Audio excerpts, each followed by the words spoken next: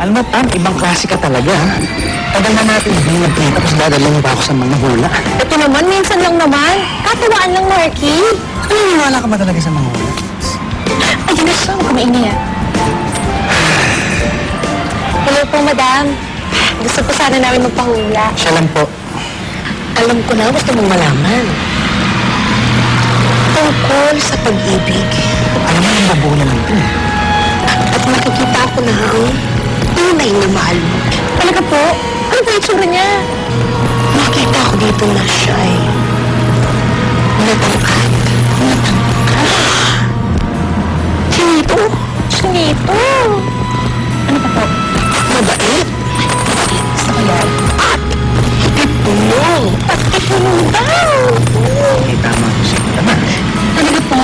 Ano pa po makikita niyo, madam? Ano ka ba? Kilala mo siya. Kilala ko po?